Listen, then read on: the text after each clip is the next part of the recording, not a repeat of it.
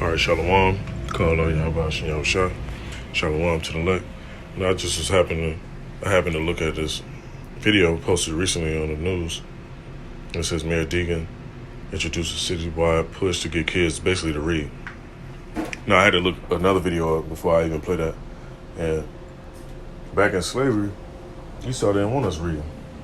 And they definitely didn't want us reading the scriptures. That's why when people be like, oh, that book, that's the white man book. No, it ain't. When you actually read that book, it actually show you who Esau is today, what they was doing back then, their characteristics, the stuff that they like to do, what they into, where they dwelt at before they actually came over here to America and established Babylon. And it shows who we are as a people, our characteristics and all that stuff too. So let me let this video play and then I'll pull a few precepts. Who didn't like to study and hated going to school, well, guess what? There was a time when it was illegal to educate yourself. Just imagine getting fined, imprisoned, or even getting your fingers cut off simply because you were reading or owned a book. Well, this law didn't apply to everyone. It specifically was applied to black people during the antebellum period. I know you're gonna get something out of this, so before moving any further, don't forget to hit that like button, subscribe to my channel, and please turn on notifications so you never miss a new video when it drops. Now let's get the video started. Many slave states made it illegal for blacks to learn to read or write during the antebellum period, which spanned from 1815 to 1861. Today, you wouldn't even think twice before reading or buying a book, but at that time, it was considered one of the highest grade crimes. Violation of this law meant being whipped or brutally beaten. Some even had fingers or toes cut. See, Esau still haven't paid for this. These damn devils, they gonna pay for this though. Like people talk about karma and reparations and you reap what you sow. Esau hasn't reaped what they sow yet. They haven't got their karma yet, but it's coming though. And they know it's coming. That's why you see a lot of these guys posting these videos about building these damn bunkers because they want to escape what's about to come. Many states imposed fines, which slaves obviously couldn't afford, so some went to jail for up to 6 months. I know this sounds completely absurd, and you must be thinking, what harm could reading do that America had to go to such an extreme level? Well, slavery in and of itself was despicably absurd and inhumane. But there were some major reasons behind these anti-literacy laws. Let me break it down for you. Whites never wanted black people to be on their level, let alone be superior to them. White people justified slavery based on perceived economic necessity, their racist views, and warped biblical interpretation. See, look, keep this in mind right here. Perceived economic necessity, their racist views, and warped biblical interpretations. Which still goes on to this day. You have a lot of these people that go to these seminary schools, like the elders say, the cemetery schools, and they have a warped interpretation of the scriptures. So, let me get this.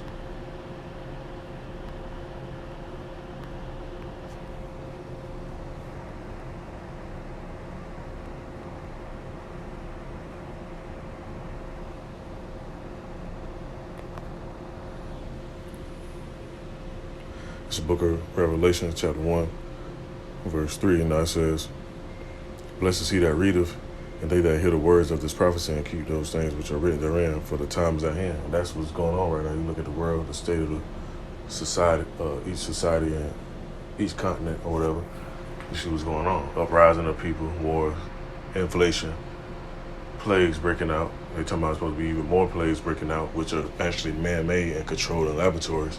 That's why they have that C place. I ain't gonna say the actual name just in case they try to strike my video. You got nation against nation. You got a nation divided against itself also. People divided, all this stuff going on. Earthquakes in diverse places.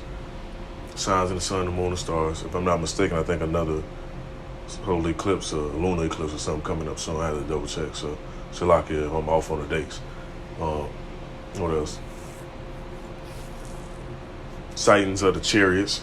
Now when you go on Tubi and Netflix and all this stuff, now they got all these videos about UFOs, which when you read the book of Ezekiel, the first chapter, which I ain't gonna get that right now, that's for another lesson. When you read that first chapter and so on, in the book of Zechariah and Zephaniah and book of Daniel, other books as well, and the book of Revelation, It describes the chariots, how they look, the beings, which are angelic beings, melanated beings. It describes how they look, how the ships move, and they are spiritual vehicles. That's why Esau can't capture them. So all that shit about UFO crashing in Roswell and all that other stuff, that's bullshit. Esau just be making stuff up.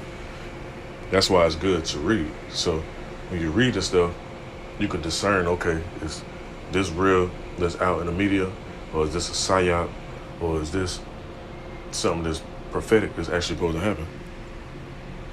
Let me read on some more. It said, behold, in the book of Revelation, chapter 16, verse 15, said, behold, I come as a thief. Blessed is he that watcheth and keepeth his garments, lest he walk naked, and they see his shame. You should be watching. One thing definitely you should be watching is the news. A lot of people don't like to watch the news because they be like, bad stuff always happening. What you gonna do when shit hitting the fan of society? You ain't gonna have to watch the news. It's gonna be on your doorstep, on your street, or in your city. You're gonna have to watch it. So you might as well just watch what's going on now. And you have to have a strong mind. The Most High has to put the spirit on you. You definitely have a strong mind to see all this stuff that's going on and internalize. But it's for our sake, though. That's what you have to keep in mind. All this stuff is happening. Like the scriptures say, all these things must come to pass. All right, let me read down some more. Book of Revelation, chapter 22, verse 7 says, behold, I come quickly.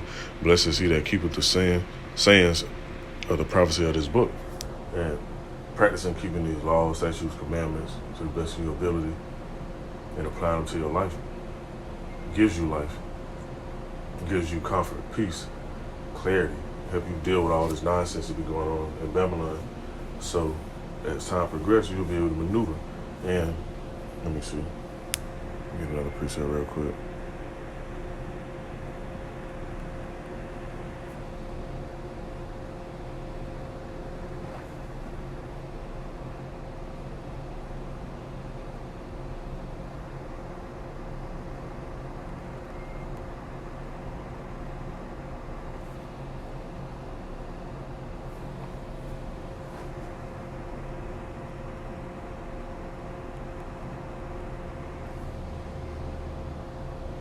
Book of Zechariah, chapter 13, verse 9, it says, and I will bring the third part through the fire, and I will refine them as silver is refined. I will try them as gold is tried. So, dealing with all this adversity and going through all this stuff, learning all this stuff and witnessing what you need to witness is a part of being refined and tried. You got to experience yourself. So, when shit hit the fan and they start passing out that charagma, you already used to certain stuff. You already used to seeing certain stuff go down. You already in that spirit of being on the go, being able to move, being able to maneuver, being able to read signs, actually discern what's happening around you, discerning people's spirits when they get around you, so you know if a person conniving or if you know if a person is sincere. Now it says, they should call on my name and I will hear them. I will say, it is my people, and they should say, Adawan is my power. Now, knowing the name, you have to read and do your homework so you can put one and two together. When you read these precepts, it literally tell you subliminally what's the name of the Most High, which his name is Yahweh, which means he is. That's why he spoke to Moses, or Masha. He said, I am that I am. If you was listening to Moses speak, he wouldn't be saying, I am that I am. He would be saying, he is. So you have to read this stuff and pay attention to words and put one and two together. Same thing with Yahweh Shah. He is the deliverer. So you have precepts that mention, it says, let me go to this.